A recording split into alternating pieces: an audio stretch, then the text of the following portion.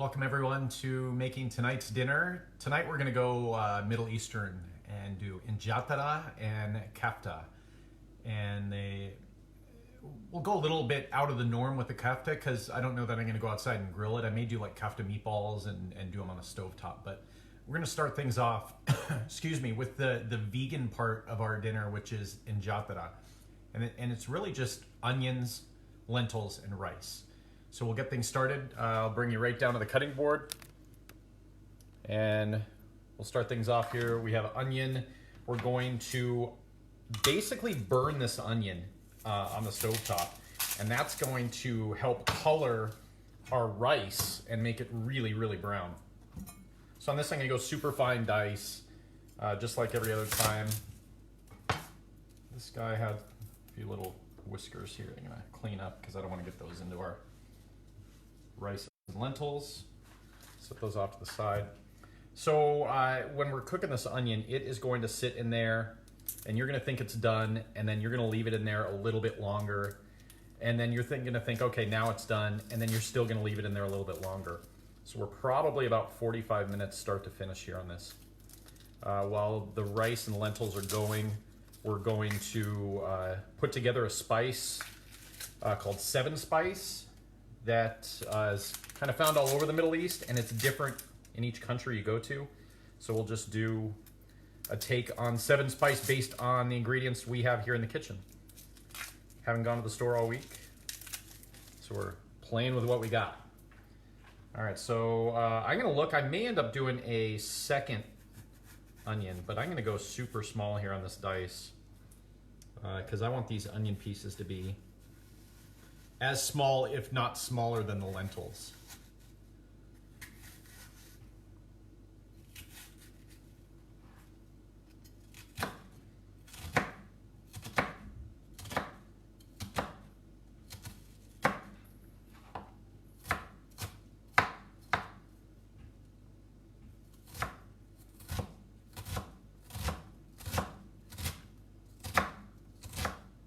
So these will cook down. The more surface area also, the more browning color we can get. And we really want to get these just charred in the pan pretty well.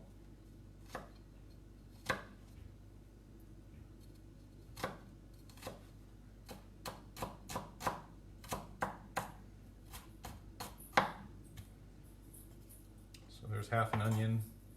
Yeah, I think 1 onion may suffice here for us tonight.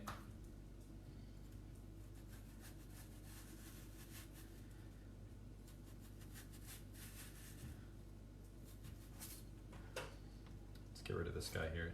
It's in my way.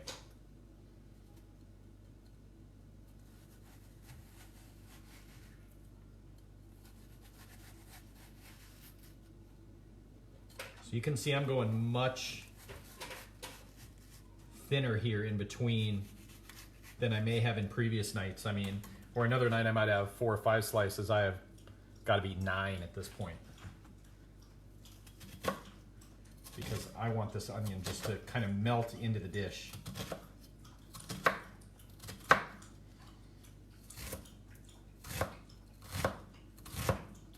Using my knuckles to guide the knife into the spot I want it to be in. Makes it way easier and safer. And that's why these chef's knives are so wide here, so you can have a lot more area to work with without cutting yourself.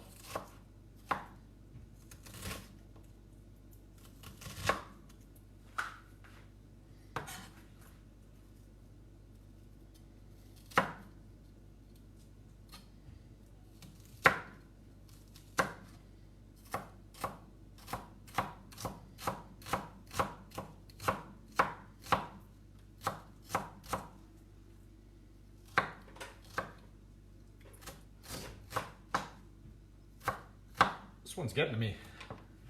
Be right back and grab a paper towel. Now we're gonna get this guy heated up. For this, we're going to cook in a longer pan. Let's see. Hi, Tori. Yes. So of course, Tori loves kefta. In a lot of these Lebanese and other Middle Eastern flavors happen up in Canada, surprisingly. or maybe not surprisingly if you're from Canada. Where down here we seem to have much more of like a Mexican twist on everything. So getting this pan hot, I'm gonna move this Dutch oven out of the way. I'm gonna be making bread from scratch tomorrow. It's been about a week process. I've had flour and water. I turned it into a sourdough starter. It's been sitting out for a week. I keep feeding it. It's really interesting. And I made some dough yesterday and I just put it into the baskets today. So I'll post pictures of that. I'm not expecting a miracle tomorrow on my first batch because that is definitely one of the more difficult things to do. So I don't want to put too much of this oil in the pan, but I want to coat the entire bottom. I'm using a wide pan so that more of this onion touches the surface area and it doesn't sit on top of each other and steam. I want to make sure that I'm really spreading it all out. So here's my onion that I've gone, I mean, you can see how fine I've gone with it. That's just one onion. So there's a lot of surface area here. I don't want to put it in cold. I'm going to grab just a handful of water. I'm going to splash it in. It's barely sizzling. I want it to really sizzle. So it's that fine line between burning your oil and having a nice hot pan. So I'll probably give it 5 more seconds. Let's go for it.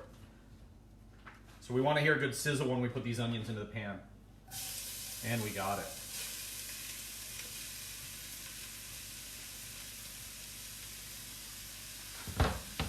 Here go the onions. My handy dandy flat edged wooden spoon. I'd really highly recommend investing in one of these if you don't have one.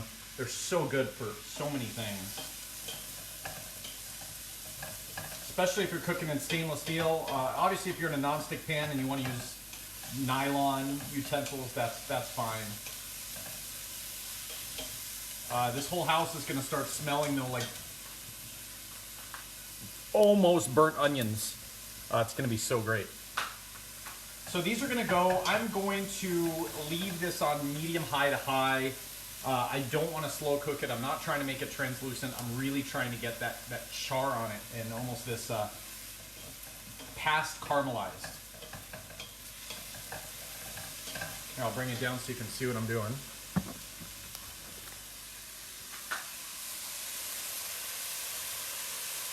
So here's the onions, here's the pan. I'm trying to keep them pretty spread out. These will shrink as they cook. They're gonna sit there for a little bit. I'm going to grab the rice, and it's really simple. This is just lentils that I've been soaking. So I took lentils and I covered them with water and soaked them up. They've soaked up a lot of that water. That's kind of that perfect amount. If you found that you put too little water, you can always just keep adding it and they'll soak them up. So I soaked them for about an hour and a half. And then I'm going to incorporate them in with this onion mixture and then the rice. We'll cover it with water. We'll cover the lid and salt it a little bit. And then we're done. And it's really filling. I mean, it'd easily be a main course. Traditionally, we serve it with Lebni or yogurt. Greek yogurt's great. Definitely plain yogurt for this. But if you want to stay vegan, you can totally do that and go without the yogurt. It's still absolutely delicious. So that'll sit there. I'm going to grab the rice. I'll be right back.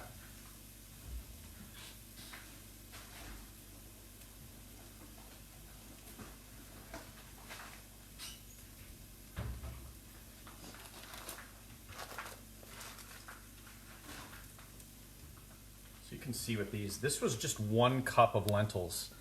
That is filling this bowl that, I mean, is pretty massive. So they double in size, I would say, quite easily just with the soaking. I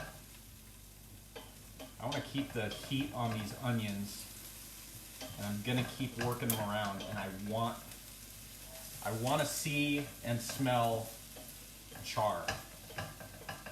I don't want to get it to the point that they're like so burnt that they're acrid and turn into like charcoal, but I want to color this entire dish with that little bit of char that's there. The less you caramelize or burn your onions, the more white the dish is going to be. And we want to get this dish pretty brown. So I'm going to flatten this guy out. I'm going to let it sit here for another minute.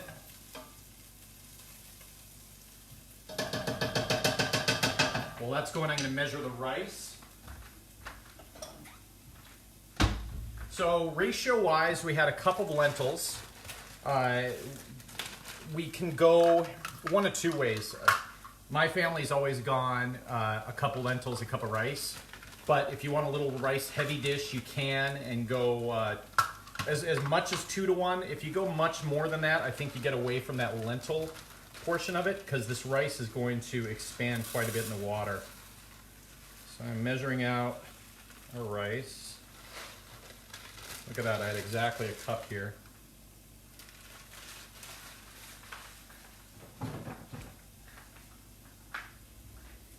And I think for us tonight, I may go a cup and a half. So here's where we are. Onions are still going. I mean, they're translucent. I have this thing on high, and you can see that they're starting to get some brown, but we have a ways to go because we want to get them very brown. But we're on the right track here. Let's see if I can find one of these guys. I don't know if you can tell. Nah, you can't really see a lot of brown yet. So, and this guy's on high.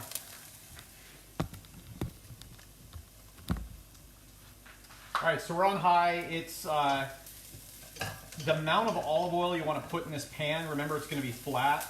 Is going to be just enough to cover the bottom. If we put too thick of a layer, it's almost going to deep fry the onions, and that's not what we're looking for. We want to have the onions able to basically get some oxygen and start getting black. As you get to a point, you're going to start paying a little more attention to them in the pan. Stir it a little bit more because you want to have even cooking on them, or as even as you can get with this type of method. But the biggest thing is you don't want them to clump up. You want them to stay pretty flat in the pan so they can all the surface area of the onion can touch the pan.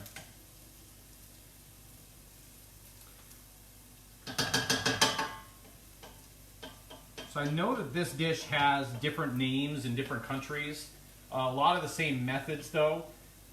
Not all of them have this kind of burnt onion thing going on. Let's see if I can bring you back over and see where we are.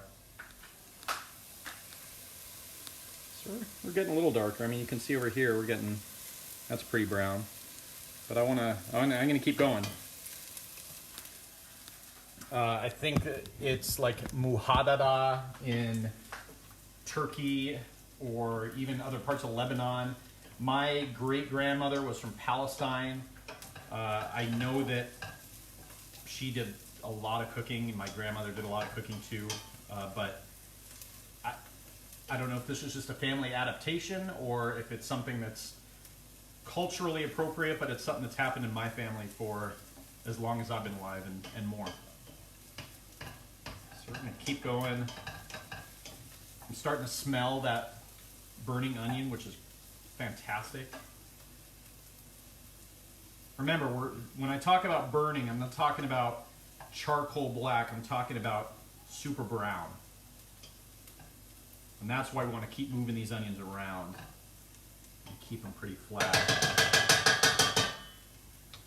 So I'll show you, a lot of people might say, oh, okay, we're there, we're going to quit now. But tonight we're going to leave that in for even more. So we're getting there. And you can see with how finely I dice the onion, how small they're becoming, because all of the water content that's in the onion is releasing. It's kind of evaporating. It's hitting the pan, releasing into the pan, and then the heat is sending it into the air. So I'm going to keep going. I'm guessing I probably have about another 3 minutes of this before we even add anything else. So this is the most time-consuming or the most labor-intensive part of this dish. But this is where all the flavor and all the color comes from, so it's totally worth it. The other parts that we are going to add in, I'm going to make some sort of salad. I don't know what we have in the refrigerator, so I'll figure something out. I know that this kefta that we're gonna do is really just ground beef that we still have, and then I'm gonna add in a spice mixture. We're gonna create our own 7 spice with what we have here, and you can follow along. And then we're gonna add in the kefta spices on top of that, and then a few other meat components. If you don't have a food processor, don't stress too much. You can actually hand chop a lot of this stuff, but tonight it's already 6:30 and I want to eat by 7. So we're getting there. Man, these are looking awesome. I'll show you again.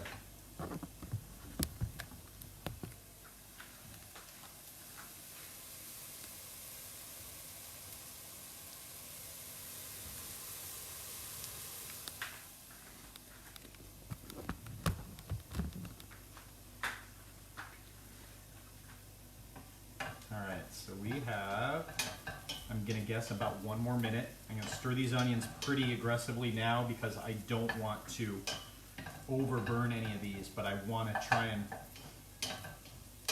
get some of the white onions as brown as I can. So I'm gonna push this until the very end. Just when you think it's too much, wait about 30 more seconds and then you're probably about right.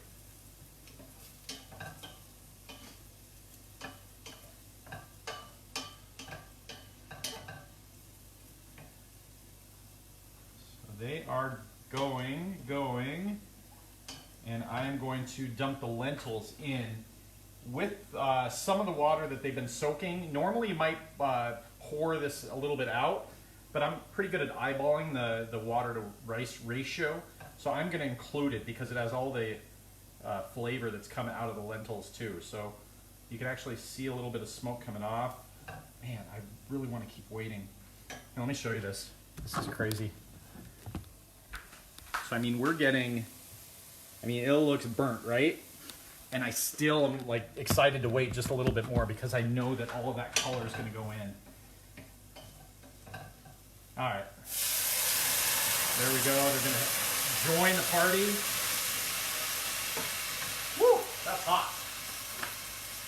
So the way I take the other lentils out, you could scrape them out with your hand, but since I'm kind of comfortable with where I think we should be ratio-wise, I'm going to use some water and just dump it in that way. So lentils are in. I'm stirring it up. Not adding any salt yet. This is just onions, olive oil, and lentils. You can take a look here. So now at this point, you can see how dark these onions got. It's so awesome. And you can see how brown the water is getting. And just wait until the rice comes in too. So we're gonna have some really great colors going on in this dish, and the flavor is gonna be awesome, awesome. It's a fine line between not enough and too much though. So you don't wanna get the onions so far to the point that they're nasty, but just these little kind of burnt pockets in there are so good. All right, so that's there. I have the rice that we measured out. 1 cup of lentils, 1 cup of rice. I said I was gonna go 1.5 cups tonight. You can go 2 cups, that's no problem too. If you want a super lentil heavy dish, you just go with the 1. There's also nothing wrong with turning this into a soup. If you just did the lentils and cooked them in some liquid, veggie stock, anything like that with these burnt onions, and then you could like puree half of them and leave half of them whole, and then do that soup with some, maybe some cooked rice at the end. That would be delicious. So there's the 1.5 cups. That tells me 1.5 cups of rice that I'm gonna want 3 cups of water plus some more water to cook the lentils. So I'm stirring this in. So I was able to tell you what we're looking for, and at this point I'm just gonna pour, because like I said, doing this for a while, you can eyeball. The other thing is, I'm always going to err on the side of pouring too little liquid in, because I can always add more. All you have to do is pay attention to it as it's cooking. I'm gonna bring you back over. This is so cool. Oh my gosh. All right, so totally vegan.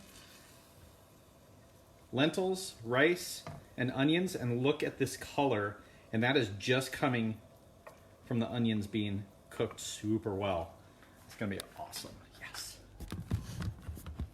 Okay, so that's there. I'm going to fill this guy up, get a little bit more water.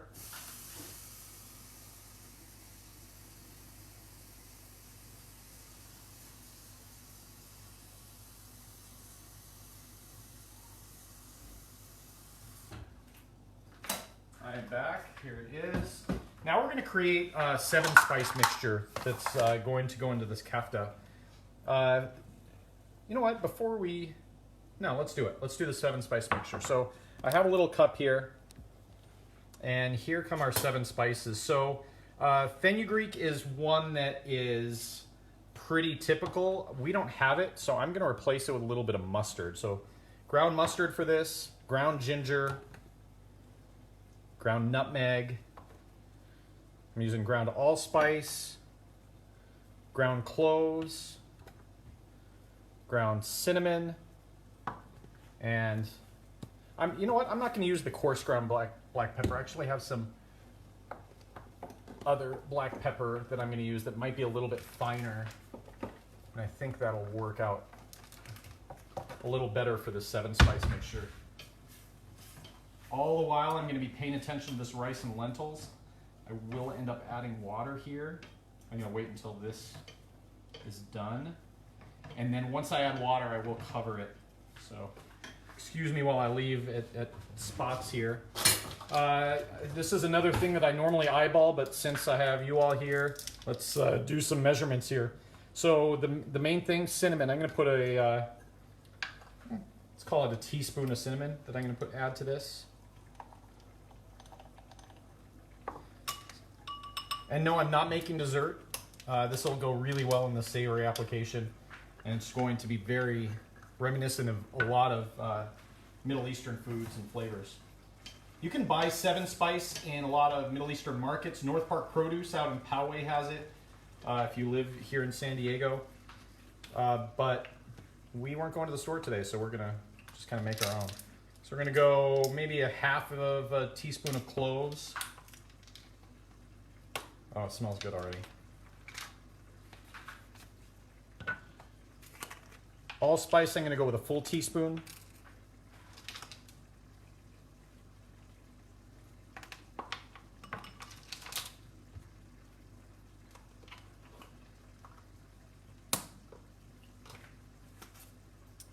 Nutmeg, I'm going to go with about a half teaspoon.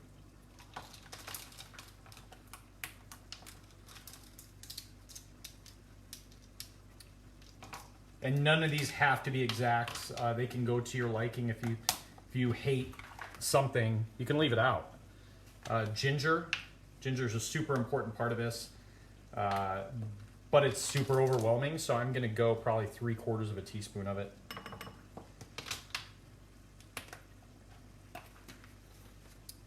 Mustard, since I'm using this instead of fenugreek, I'm just gonna go with a 1/4 teaspoon. Just enough that it's there, but not anything overpowering. And then the last thing I'm going to do is about a full teaspoon of black pepper. Let's get this guy.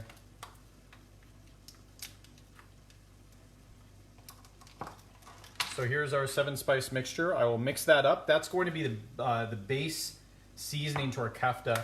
We're going to add in a little bit of cumin, a little bit of coriander, some of the other traditional Middle Eastern spices, maybe a little cayenne pepper too if we want to spice it up. Looks like I'm ready to add water, and then I'll cover this guy. So here we are. We're going to add a little more water to our rice and lentil mixture. Remember, we put 1.5 cups of rice in, so we'd want at least 3 cups of water. Plus, we have our soaked lentils that we had a cup of. We're probably going to put another cup of water. So this is going to be a large portion here of this Enjadara.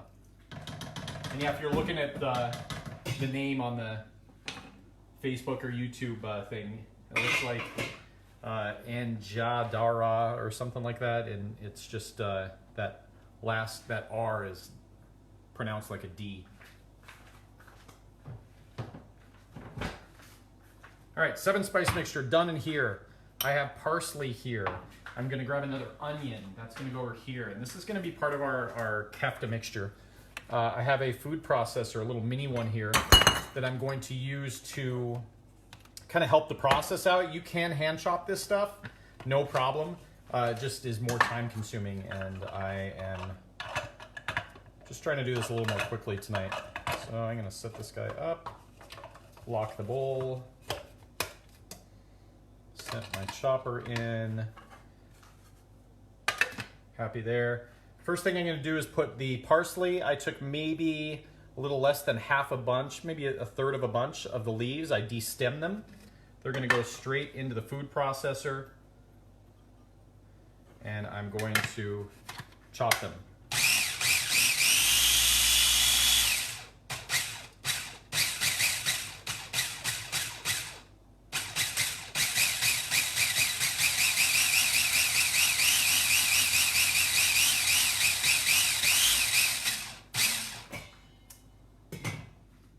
Put that down to low.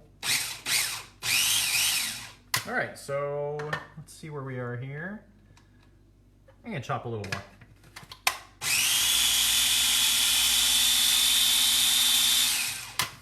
All right, these are going to go out. I'm going to add them to a mixing bowl.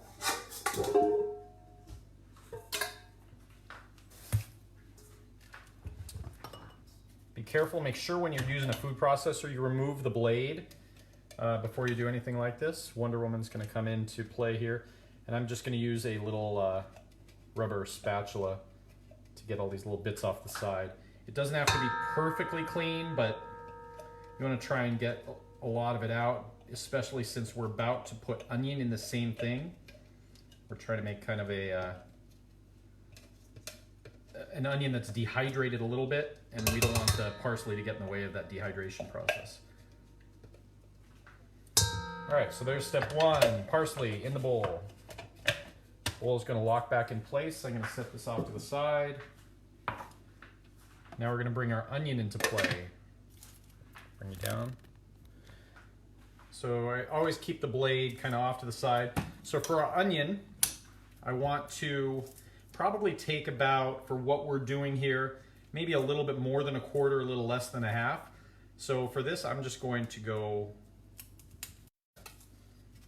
chop off the top, and then even though I'm using a food processor, I'm still going to roughly chop it before it goes in to help the process get started. Otherwise you get that one clump that sits there and frustrates the heck out of you.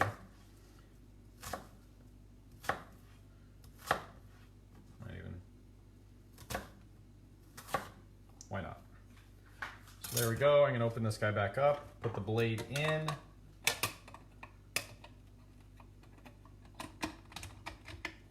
It's locked in place. And here goes the onion. Just about a third of an onion. I probably have just under a pound of meat that I'm doing. So one thing you'll see is the onion will stick up on the side of the bowl. You want to make sure that you are getting that, and you'll have to probably take the rubber spat and push it down a couple of times because it does have a lot of moisture in it. It's going to want to stick to the side of your food processor. So there's step one. There's one time. There's two. I'm going to do this one more time.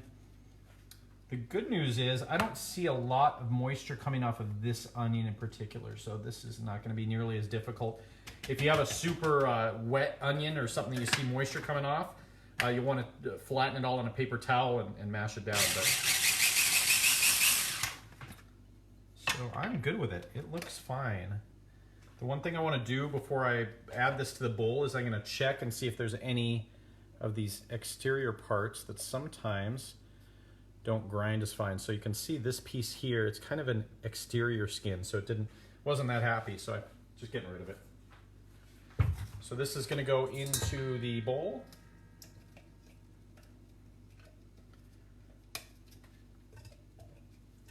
So I have an onion and parsley mixture in here now.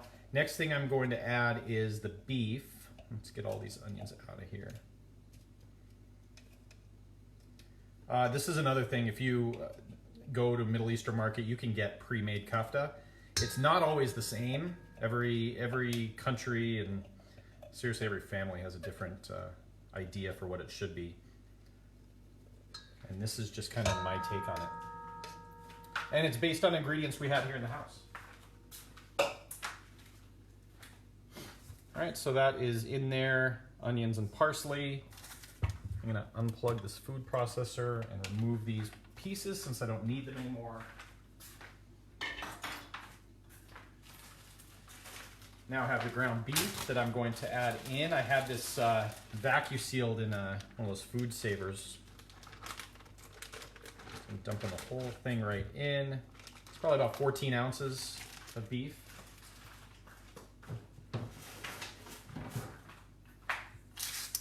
Now we're going to take our magic 7 spice. I'm going to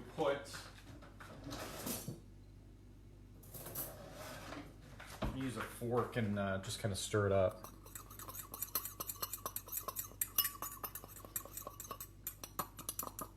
I'll make sure I incorporate that fully. Oh, it smells incredible. Oh my gosh.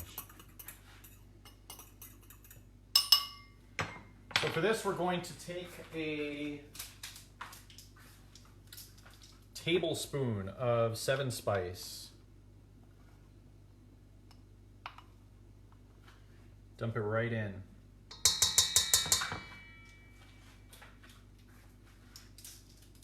I'm going to take a teaspoon of cumin. If you don't like cumin, I wouldn't recommend leaving it out entirely because it's so much of the flavor, but you can use a little bit less, that's for sure. I'm going to take a teaspoon of coriander, add it in.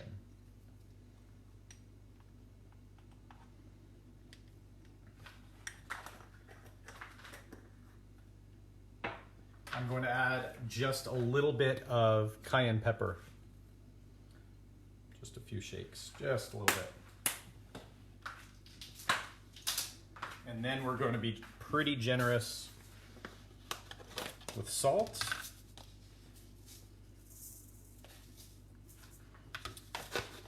I'm going to add a little bit more pepper than what would normally be in the 7 spice. I'm going to add in some of the coarse ground. And I'm a pepper fan, so I might go a little heavier than most, but that is going in there. And then because it's kefta, we're gonna add just a little bit more of the cinnamon that would normally be in the 7 spice into the dish. So that's gonna go in. And there we have it. So we have meat and onions and all these spices. And now you get to have some fun and use your hand and really make sure you're mixing it all in thoroughly.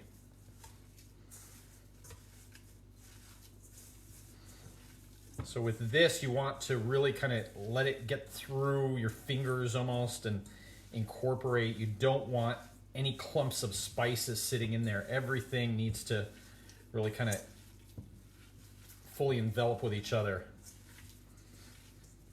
And this smells like kefta, that is for sure. I mean, just in a little bit, you can already see that we have that look if you're familiar with kefta. Any little straggler pieces, like I found some onion that I really didn't get pureed, or not necessarily pureed, but chopped fine. I'm just gonna pull that out to the side. All right, so there's the kefta. The traditional way to form it would be these kind of little oblong balls that kind of look like, I mean, you come in, you take 2 hands, you do this with each other, and then they almost resemble like super long footballs that are kind of narrow, where they're kind of pointed at the end and they're a little flatter in the middle. For this, I may do Kefta meatballs though, because we're gonna probably keep it inside and I'll use the cast iron. And there's nothing wrong with that. Well, actually, the seasonings in there will make a really neat crust. So why don't we do that? I'm gonna move the rice. I'm gonna wash my hands real quick to move my pots around.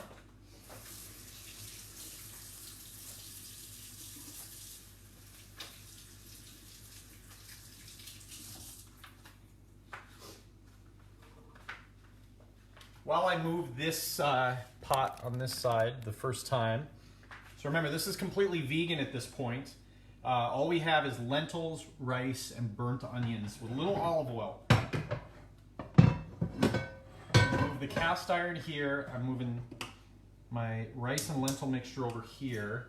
I'm going to take a peek and see if I need to add any more water, which I think I'm going to. Get back to low. I'm going to get this cast iron screaming hot. Now, because I'm using really high quality meat that I trust, I can cook these to medium rare and I'm fine with it.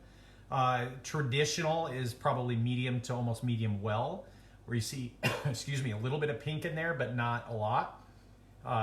Where for me, I like maybe a little bit more. And once again, if you want to make a completely vegan dinner, that Enjadara, the rice and lentils that are here, are super filling. That and a salad, and seriously, you'll be so happy. All right, so here we go. Here's our kefta. I'm gonna put some oil in the pan. I'm gonna have it screaming hot to start, and then I'm gonna turn it down to let it cook through. All the while, I'm gonna have to watch that guy.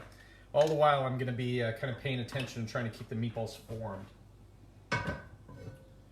You could bake these as well, but I am trying to avoid turning the oven on tonight, to be frank.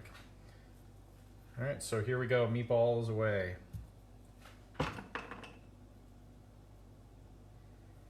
So I'm gonna try and keep a consistent size. I have no binder in it, remember, no egg, no breadcrumbs, nothing like that.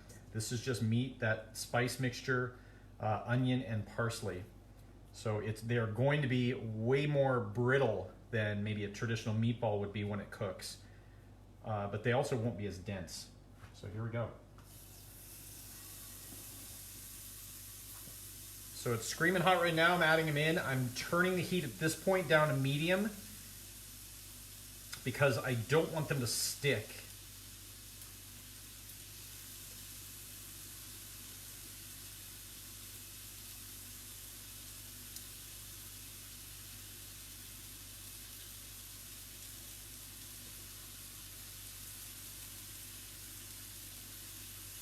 And the shape really, I mean, we don't have to go in balls. We could have gone little ovals, little footballs. It is much more traditional for that football shape to be there. But this will work. And now as the cinnamon and nutmeg and allspice are blooming, this smells amazing. Oh my gosh, in this kitchen. So if this is one you make at home, it's going to smell a little bit like dessert. But once you taste it, you'll get it if you haven't had it before.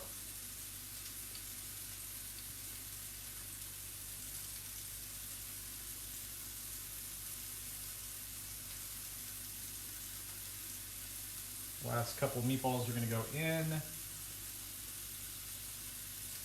Probably have enough for two there, or two little ones, or let's do one regular size and we'll have a little snack while we're waiting.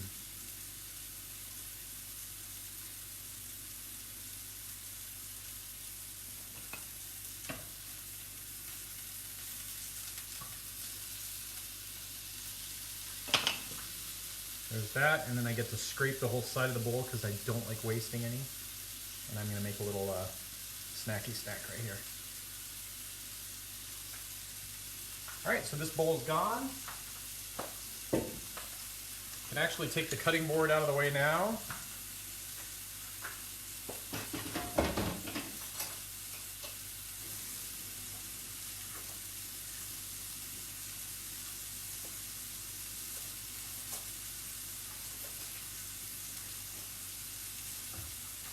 I know we touched on it the other night with the idea of washing your hands versus wearing gloves. I just think you end up washing your hands a lot more than if you wear gloves. And so for me, kind of knowing where my hands are going at all times, it's just a better habit. But if you know you're going to change gloves every time you go from one thing to the next, then yeah, that's a really good way to do things.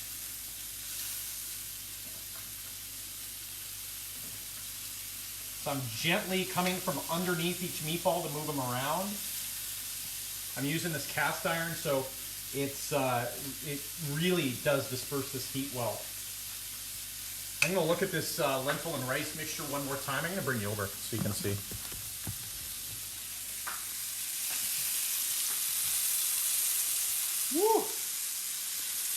That's where we are right now. It's getting there, that's for sure. So I'm guessing 8 to 10 more minutes on that. Yeah, I'll show you the meatballs too, I guess.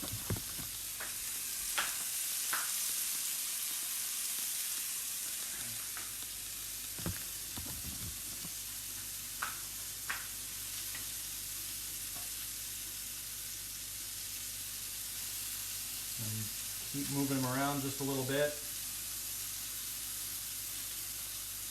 Just really trying to avoid them sticking to the bottom. If you put them on too high of a temp, after you get it initially warmed up, they will definitely stick.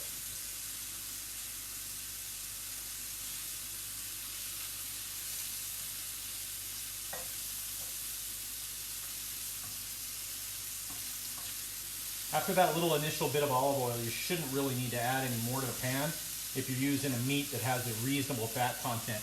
If you do something like 95.5 or something like that, you're going to have to add fat to the pan.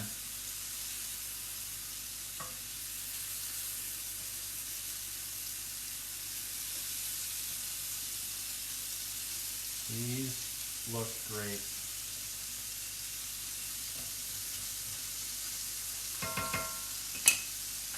If I can keep letting them go, enjoy a sip. Cheers, everyone. And then I'm gonna clean a few things up and we'll finish those off, and then I'll sign off. We'll probably be back for maybe 5 minutes back at the end, just so you can see what the finished product looks like. But the meatballs are going. I'm gonna cook them to medium. The rice and lentils are going, and we'll see you back here in 10-15 minutes. Bye.